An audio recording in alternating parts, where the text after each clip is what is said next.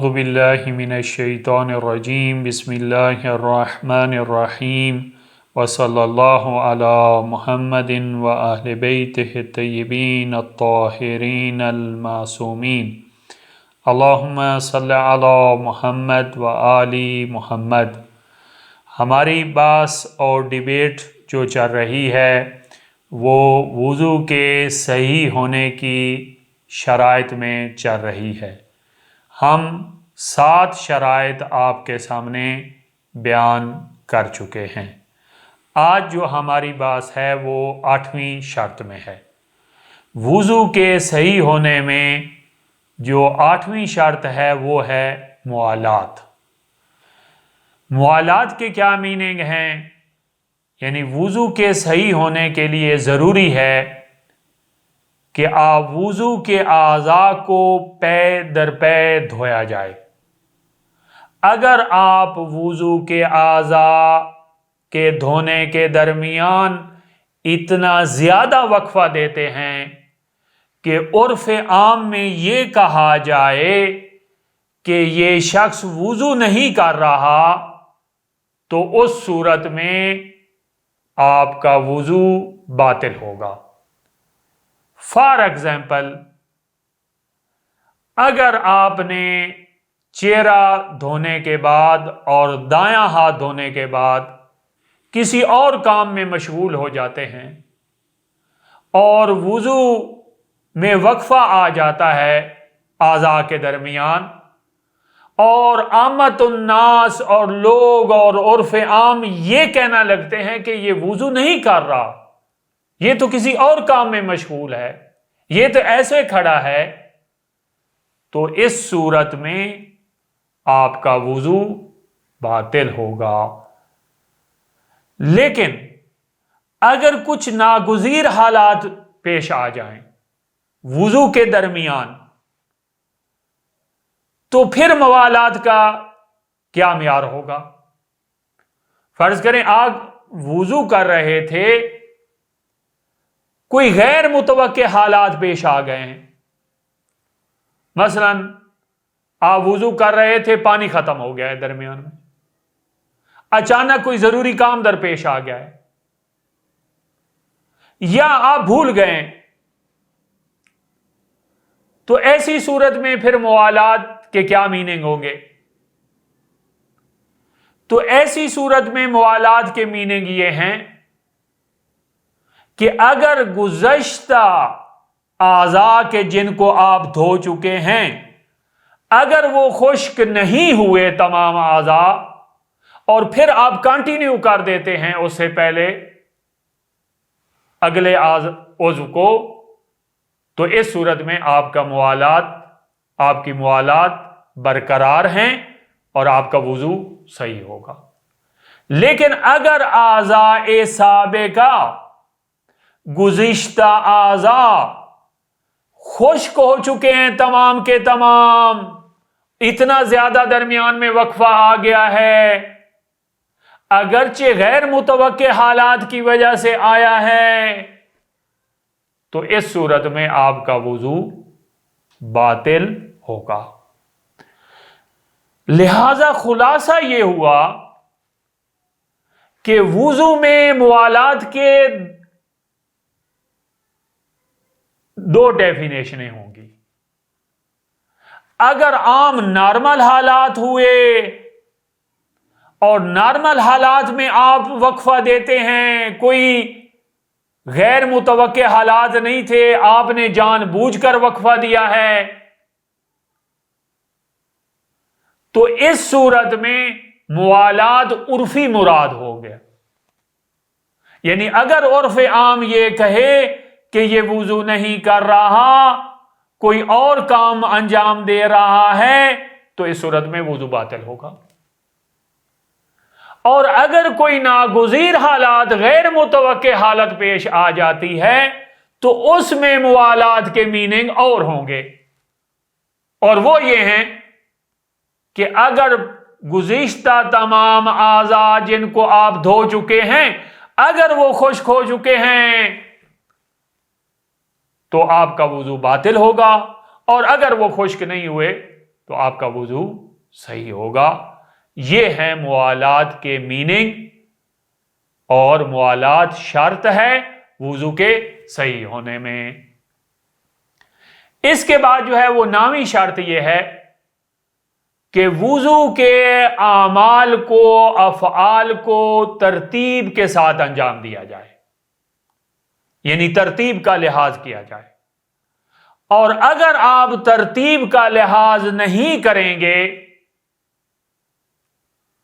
تو اس صورت میں آپ کا وضو باطل ہوگا۔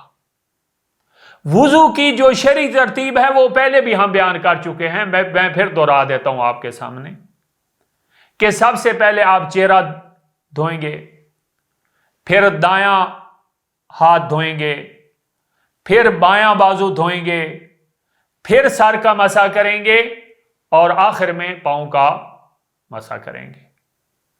اسی ترتیب کے ساتھ آپ نے وضو کو انجام دینا ہے۔ اگر آپ نے اس ترتیب میں الٹ اور کوئی گڑبڑ کی تو اس صورت میں آپ کا وضو باطل ہوگا۔ لہذا وضو کے صحیح ہونے میں ترتیب شرط ہے۔ یہاں پر کافی سوال جو گزشتہ دروس میں بھی میں بیان کر چکا ہوں، لیکن ایک مہم اور امپورٹنٹ سوال اس کے ذیل میں،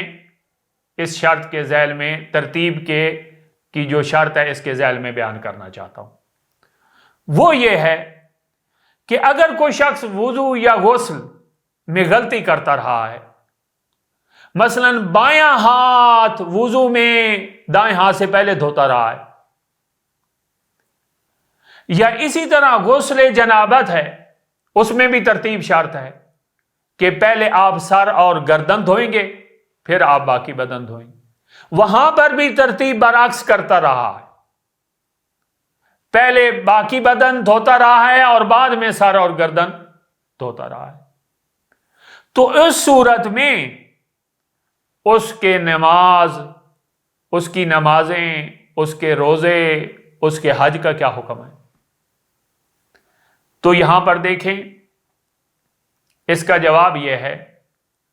کہ روزے تو اس کے ہر حال میں صحیح ہیں، کیونکہ روزہ تب باطل ہوتا ہے جان بوجھ کر جنابت کی حالت میں باقی رہیں اور صبح ہو جائے۔ تو لہذا یہاں پر آپ جان بوجھ کر باقی نہیں رہے جنابت کی حالت میں، لہذا اس وجہ سے روزے تو آپ کے صحیح ہیں۔ ابھی نمازیں اور حج کے بارے میں کیا حکم ہے؟ تو یہاں پر دو قسمیں ہیں۔ اگر وہ جاہل قاصر ہے یا وہ جاہل مقصر ہے۔ اگر وہ جاہل قاصر تھا، جاہل قاصر کے کیا میننگ ہے؟ یعنی جان بوجھ کر یا سستی سے نہیں، بلکہ حکم شرعی تک پہنچنے کی قدرت اور رسائی نہیں تھی، یعنی اس نے احکام، وضو کے احکام، نماز کے احکام، حج کے احکام نہیں سیکھے، کیونکہ جاہل قاصر ہے، قدرت ہی نہیں تھی، رسائی نہیں تھی، پہنچ ہی نہیں تھی، کسی ایسے ایریے میں رہ رہا تھا، دنیا کے کسی ایسے کونے میں رہ رہا تھا۔ تو ایسی صورت میں اگر اس سے غلطی ہوئی ہے کہ غسل میں بدن کو سر سے پہلے دھوتا رہا ہے، یا وضو میں نئے پانی سے مسح کرتا رہا ہے، وضو والی طری سے مسح نہیں کرتا رہا، اور جاہل قاصر ہے، تو اس صورت میں اس کی نماز اور حج صحیح ہوگی۔ لیکن اگر وہ جاہل مقصر ہے، یعنی شرعی احکام کو سیکھنے تک رسائی تھی، شرعی احکام کو سیکھنے کی قدرت تھی، لیکن جان بوجھ کر کوتاہی کی ہے اور نہیں سیکھا، جیسا کہ آج کے دور میں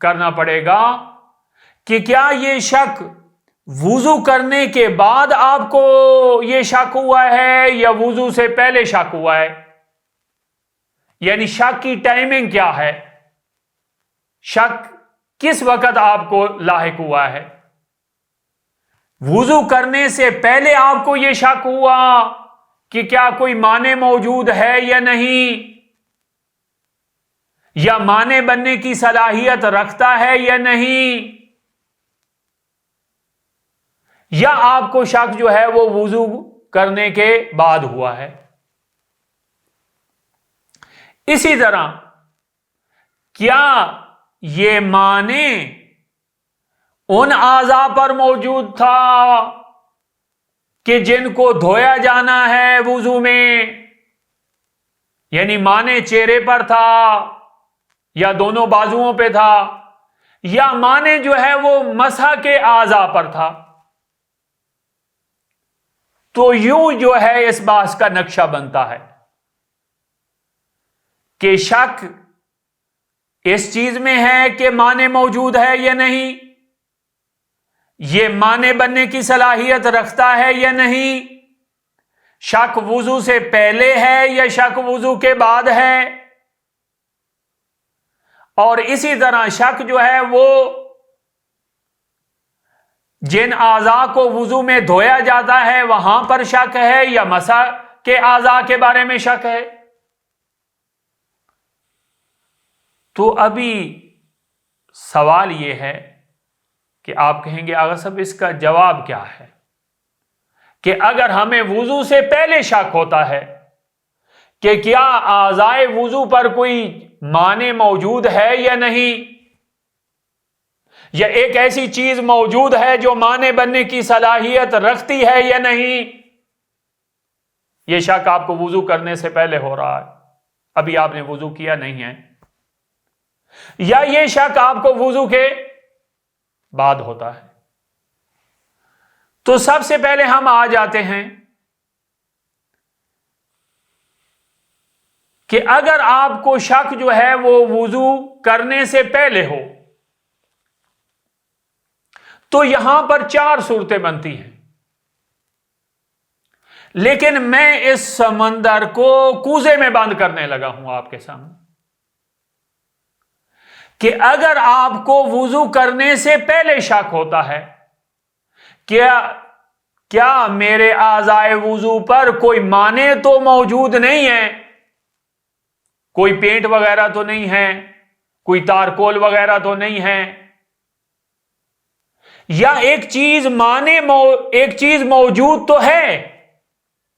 ایک جامد سیاہی موجود ہے اعضائے وضو پر، لیکن کیا یہ مانع اور حائل بننے کی صلاحیت رکھتی ہے یا نہیں،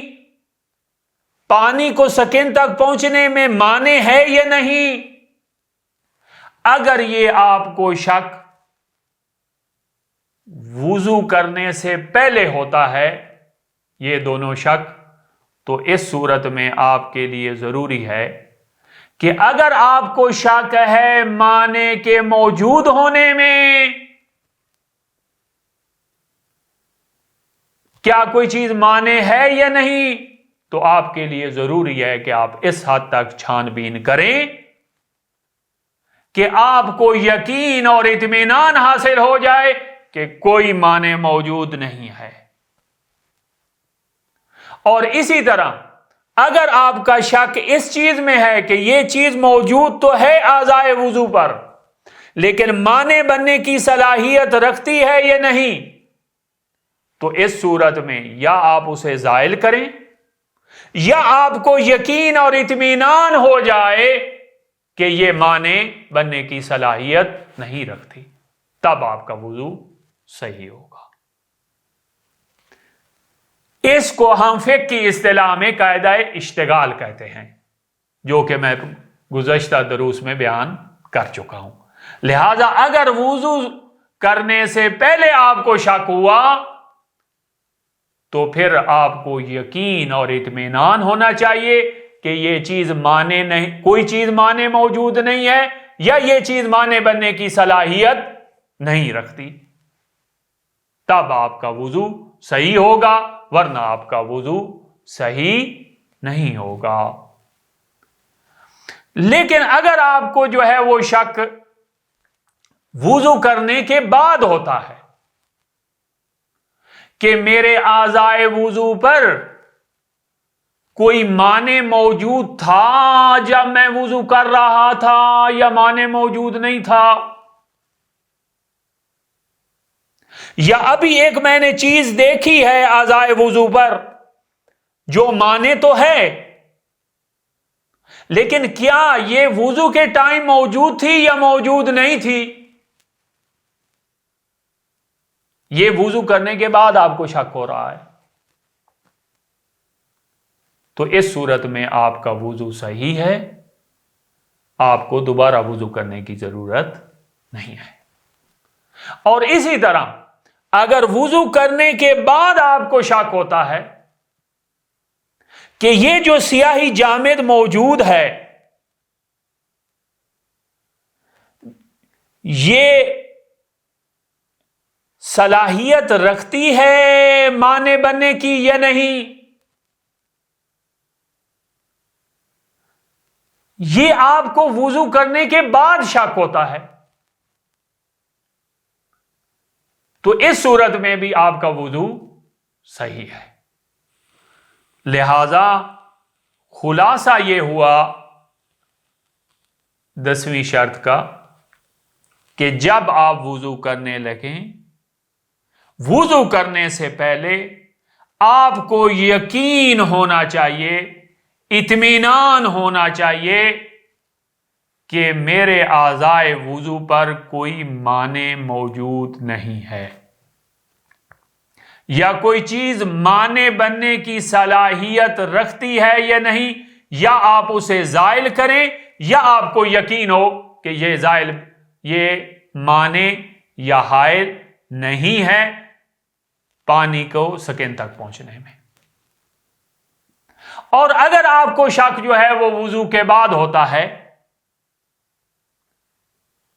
تو اس صورت میں آپ کا وضو صحیح ہوگا، کیونکہ عمل انجام دینے کے بعد جب شک ہو تو وہاں پر صحیح ہونے پر بنا رکھی جاتی ہے اور آپ کا وضو صحیح ہوگا۔ تو یہ وضو کی شرائط تھیں 10 جو ہم نے آپ کے سامنے بیان کی۔ اگر یہ شرائط پائی گئیں تو آپ کا وضو صحیح ہوگا، اگر یہ شرائط فاقد ہوئیں، ان شرائط میں سے کوئی ایک شرط بھی فاقد ہوئی تو آپ کا وضو باطل ہوگا۔ والحمد للہ رب العالمین۔ اللہم صلی علی محمد وآل محمد۔